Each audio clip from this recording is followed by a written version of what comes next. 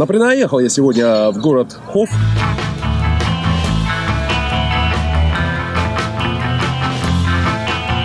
Что находится в Ирландии, в 20 километрах от Дублина.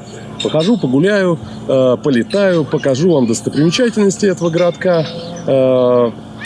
Погнали! До Хова можно добраться на поезде. Поезд отходит от центральной станции Дублина, что называется Конли Стейшн.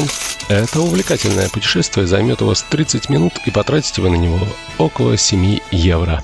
Можно добраться также на автобусе.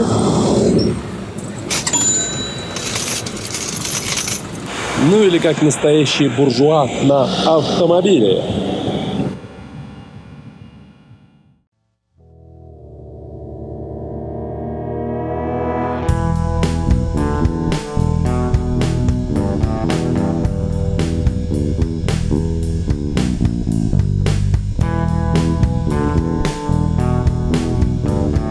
Вот от Селя начинается хайк. Разными диковинными путями.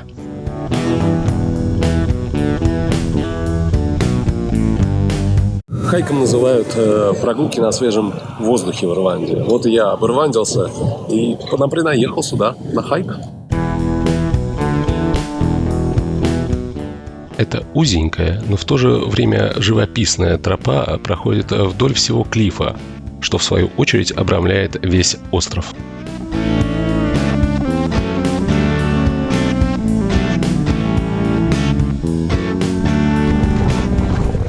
Как видите, на тропе бывает тесновато. Клифф довольно-таки высокий, около 30 метров, и никакого ограждения тропа не имеет, поэтому шаг влево, шаг вправо может лишить вас жизни.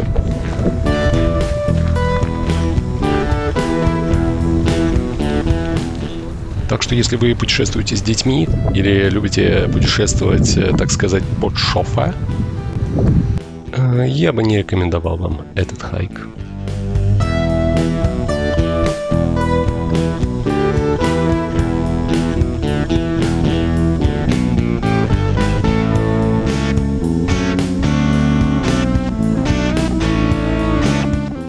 Но, как видите, молодежь и влюбленные парочки очень любят посещать Хоф. Особенно прекрасен здесь закат.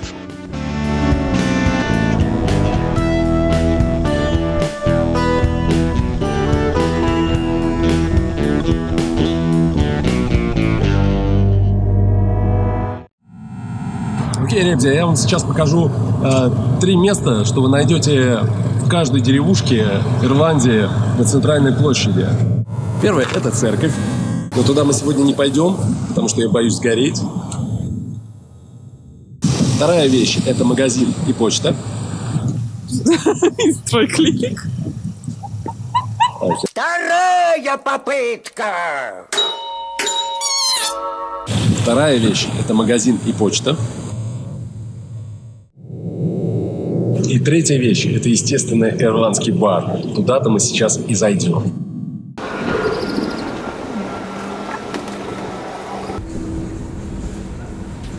Not too bad. Can I have half pint of Guinness? Half pint of Guinness, yeah. Baby shots of Guinness. Is it baby Guinness? Yeah, baby Guinness. Yeah, can I have one, please? Yeah, you're right. Thanks. Yeah, thank you. Одним словом, я взял полпинты, так как я за рулем. А моя любимая взяла шот. Называется он Baby Guinness. Одним словом, это микс Бейлиса и Гиннесса. За ваше здоровье.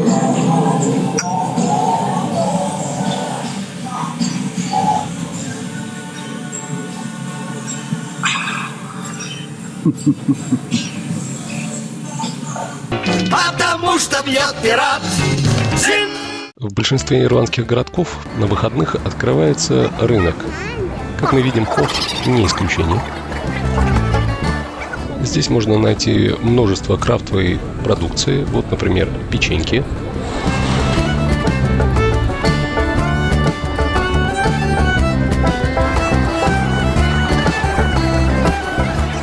Естественно, в полном объеме здесь присутствует крафт из Китая. Пельмешки пошли с утятинкой.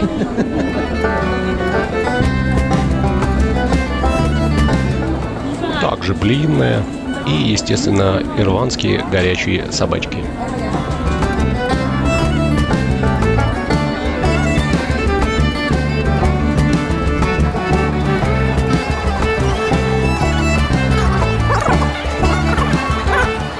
Одним словом, если вы хотите быстренько и вкусно перекусить, то прямая дорога вам на рынок.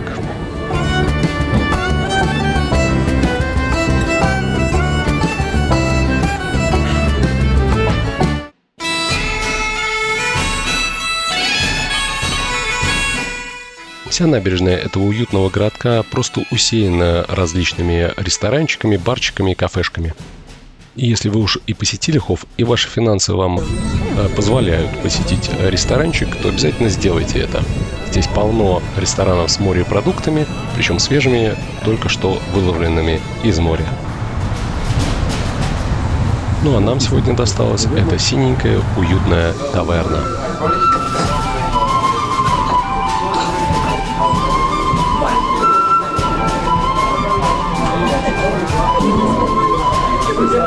Заказали мы первое и второе, и вышел нам на двоих это 40 евро.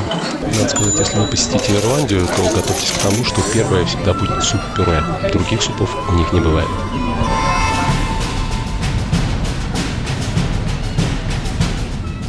Сейчас спою. That's the place where we met. Wonder if she ever thinks of me.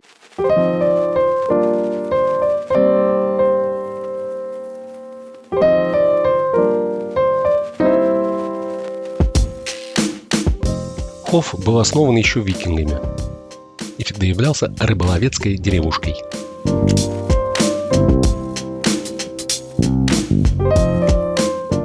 Ну, где-то в районе 2000-х годов Евросоюз ограничил рыбную ловлю в ирландских водах, а взамен выдал Ирландии громадные дотации на животноводство. И многим рыбакам пришлось переквалифицироваться в фермеров. Кстати, популяция коров в Ирландии в 5 раз превышает популяцию населения. Тем самым любой мясной продукт, что вы купили в Европе, содержит ирландское мясо. Кстати, лобстеров вылавливают вот такими вот сетями. И в любом магазинчике либо ресторанчике на побережье вы всегда можете найти свежую рыбу. Электрокары и средневековые церкви. Однополые браки и однополые церковные школы. Запрет абортов. И в то же время офисы всех IT-компаний этой планеты размещаются в Дублине. Вот такая двуликая и непонятная порой Ирландия. Напишите мне в комментариях, что вы хотели узнать об Ирландии, что вы хотели увидеть на моем канале. Да, и не забывайте подписываться на мой канал. Будет интересно. Martello Tower. Такие охранные сооружения были построены вокруг всей Британской империи в 19 веке, в те самые времена, когда Наполеон чудил в Европе. По итогу ими так и не воспользовались, и, собственно, в этой башне на данный момент находится музей радио. По легенде, протестанты снесли все крыши в католических соборах, чтобы католики не могли молиться своим богам. И с тех пор церкви были заброшены. Вот один из примеров.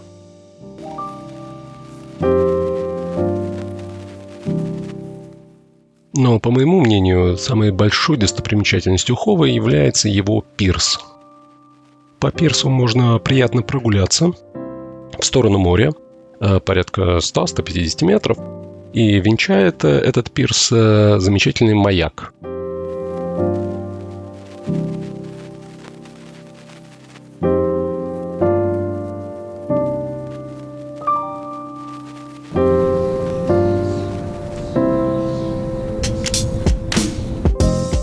Пирс создает заливчик искусственный, в котором базируются яхты, а по выходным там занимаются яхт-спортом дети.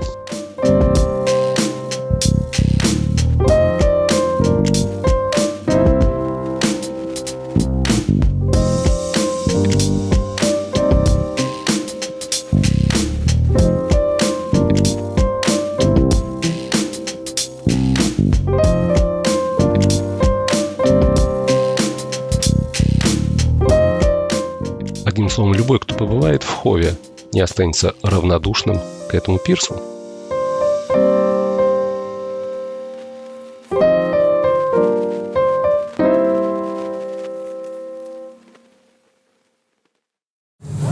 Также здесь имеется много рыбных магазинчиков и маркетов.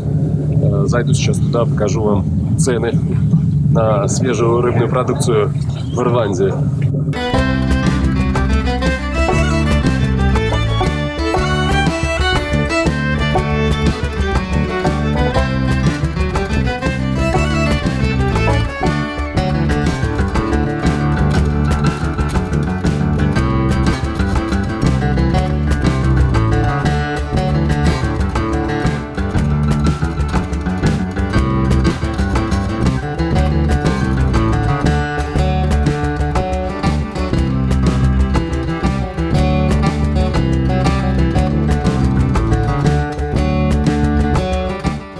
Устрицы, устрицы, устрицы, прямо с лимончиками.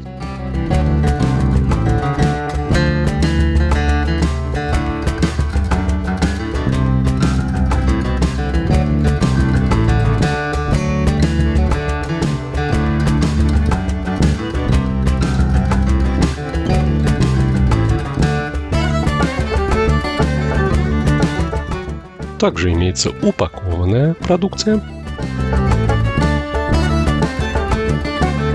Короче, у меня есть история про местный ресторанчик Fish and Chips Bishop. У него на самом деле русские корни. Собственно, основатель этого ресторанчика служил на русском флоте в Одессе. В 1905 году на его корабле произошел бунт.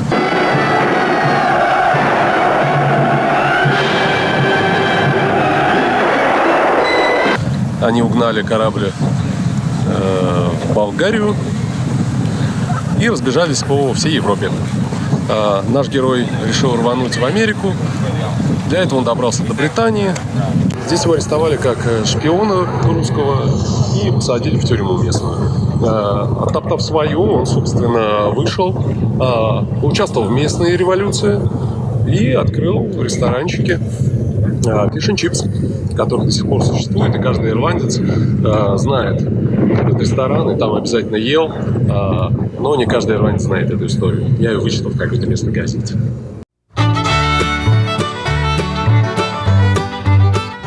Вот так выглядит Fish and Chips Bishop. А это рекламный баннер на автобусной остановке, также Bishop. Последние 8 лет я живу в Ирландии, ко мне постоянно приезжают друзья, я перевожу городок Хов. Здесь не только прекрасная природа, прекрасный городок, но и здесь есть живая достопримечательность, это морские котики. Пойдемте, я вам покажу.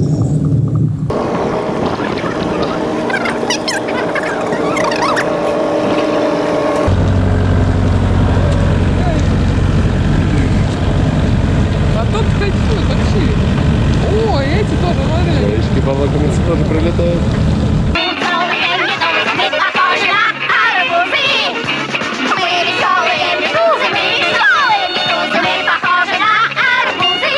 Мы веселые медузы, за-за-за-за-за, мы похожи на арбузы.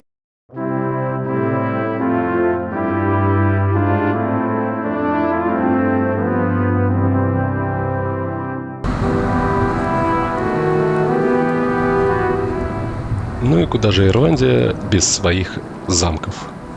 Как вы знаете, Ирландия была частью Британской империи, и Ирландией правили лорды, так сказать, английские, а ирландцы были у них, собственно, за рабов.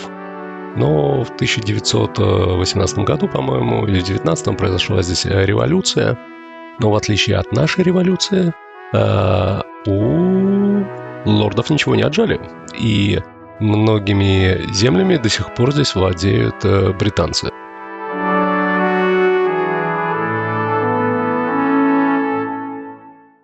Этим замком владела семья Сант-Лоуренс с самых незапамятных времен до, собственно, 2018 года, когда они продали какой-то корпорации этот замок, а та, в свою очередь, планирует там построить отель и апартаменты.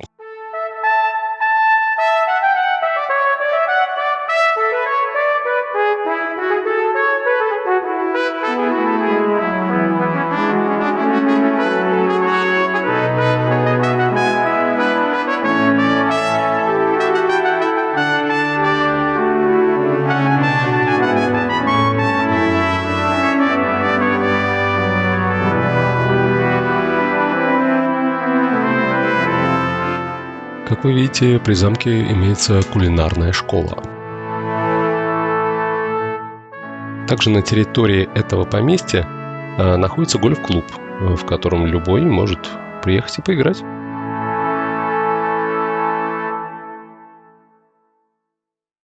Рядом с замком, кстати, находится транспортный музей. Я на него набрел, но в этот день он почему-то был закрыт. Снял только вход и 2 автомобиля на входе.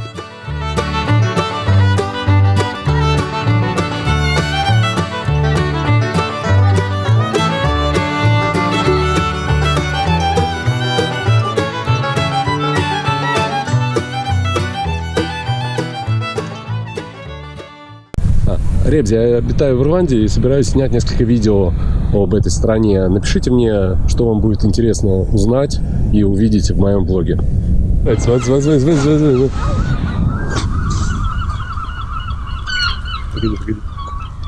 You better close it. Close it. Yeah, because they will attack. Обосрал уже все, да? Обосрал все цветы, да? Смотри.